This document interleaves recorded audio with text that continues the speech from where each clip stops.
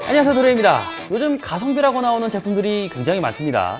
단순히 가격만 낮아서 가성비라고 부르지 않고요, 말 그대로 가격 대비 성능을 점점 따지는 현명한 소비자들이 많기 때문에 하이엔드 스펙이어도 충분히 가성비가 좋으면 100만원, 200만원 바로 지르시는 분들이 많더라고요. 뭐 이런 말 있잖아요. 와, 저거 비싼데 싸다. 이 문구가 하이엔드 스펙의 가성비를 논하는 상황을 대변하지 않았나, 뭐 이렇게 생각을 해봅니다. 잠깐 옆길로 빠졌는데요. 저는 이 노트북을 쓰다 보니까 생각보다 정말 괜찮아서 오늘은 제 기준 저렴한 가격으로 최고의 성능을 느낄 수 있는 노트북 CPU를 소개하려고 합니다. 우선 제가 들고 온 노트북은 레노버의 V15 G2인데요. 이 노트북을 처음부터 끝까지 분석해보는 건 아니고요, 이 안에 들어가 있는 가장 핵심이라고 부를 수 있는 모바일 CPU AMD 라이젠 5 5500U에 대해서 얘기를 해보려고 해요.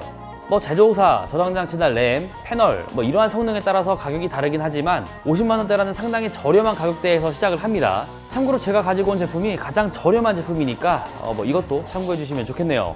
아무튼 왜 라이젠 5 5500U를 모바일 CPU 중 가성비 최고라고 생각을 했는지 하나씩 얘기를 해보도록 할게요. Let's get it! 작년에 출시된 라이젠 시리즈 중에서 가성비 좋은 CPU가 라이젠 5 4500U였는데요. 정확히 미들레인지, 이 중간에 위치해 있어서 업계에서 가장 치열한 포지션에 있는 제품이죠. 이 위치가 상당히 중요한데요. 미들레인지가 잘 되냐 못 되냐에 따라서 동세대의 다른 CPU 라인업까지도 판매량이 올라가거나 욕을 먹느냐 이러한 기로에 서 있으니까요. AMD의 경우에는 라이젠 5를, 인텔은 i5를 미친 가성비로 내세웠잖아요. AMD에는 라이젠 5 3600이나 5600X가 있겠고요. 인텔에는 i5 1400F나 11400F 막 이름만 들어도 느낌 온다, 이러한 느낌적인 느낌이죠. 아무튼 업계에서는 이 체급의 CPU는 놓칠 수도 없고요, 놓쳐서도 안 되는 라인업입니다. 자, 그래서 작년에도 상당히 좋은 평가를 받았었던 4500U였는데 5500U는 그 포지션을 이어받은 제품이니 당연히 AMD에서도 신경을 썼겠죠. 거기에 출시일은 제품마다 다르지만 2012년 3월 전후거든요. 물론 AMD는 차기작이 상당히 꾸준히 나오기는 하지만 6월 초를 기준으로 1분기 정도가 지난 모바일 CPU라는 거는 그래도 구매를 하는 입장에서는 신형 제품을 사는 느낌일 텐데요. 가성비를 내세우는 라인업이고 출시가 된 지 얼마 되지 않았다, 이러한 점에서 라이젠 5 5500U는 상당히 메리트가 있다고 생각이 됩니다.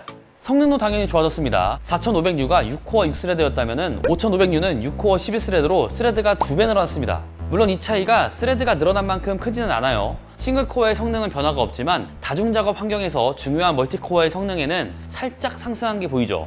실망할 수도 있는 부분이지만 CPU에 여유가 생겼다는 부분에서는 상당한 이점이 있는데요. 이렇게 생각을 하면 돼요. 한 개의 코어는 사람 한 명이라고 생각을 하면 되고요, 한 개의 스레드는 손이라고 생각을 하면 됩니다. 4200U에는 한 사람이 한 손으로만 작업을 한다면 5500U는 한 사람이 양손으로 작업을 하는 거죠. 하고 싶은 거는 많은데 한 손밖에 못 쓰니까 짜증이 나겠죠. 그러다 보니 한 손의 사용량도 점점 높아질 거고요. 한 손보다는 양손으로 사용하면 능률이 올라가서 같은 일을 처리하는데도 조금 빠를 겁니다. 물론 앞에서도 얘기했지만 스레드가 2배 늘어난 만큼 효율도 2배 늘어나는 건 아니에요.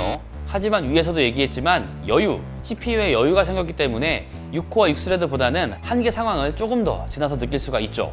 시대벤치를 조금 더 뜯어보자면 모바일 CPU가 아닌 데스크탑 CPU 중에서 피나클리츠 기반의 라이젠 5 2600이 있습니다. 수년 전에 출시가 되긴 했지만 데스크탑에 들어가는 6코어 12스레드 CPU거든요. 이 제품보다 멀티코어는 떨어지지만 오히려 싱글코어 성능은 더 좋죠.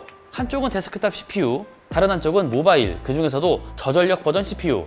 이 차이는 엄청난 성능이라는 것을 알 수가 있죠. 참고로 제가 리뷰한 이 노트북의 성능이요, 4GB 램을 하나 꽂아서 진행한 거니까요, 이 포텐 측면에서는 더 가능성이 높겠죠. 그리고 5500U의 또 다른 장점이라고 하면 바로 내장 그래픽에 있는데요. 과연 이게 저전력 보급형 CPU에서 느낄 수 있는 그래픽 성능인가? 이러한 의문이 들 정도입니다. 롤을 FHD 해상도 풀옵션으로 돌려봤어요. 옵션 타협? 이런 거 없었습니다. 게임을 플레이하면서 끊김도 전혀 없었고요. 실시간 프레임을 보면 알겠지만 프레임 방어도 생각 이상으로 잘했거든요. 사실 게임이 모든 컴퓨터의 리소스를 가장 많이 사용하는 콘텐츠 중 하나인데요. 솔직히 50만원짜리 노트북이 이 정도야? 라는 생각이 저는 들었거든요.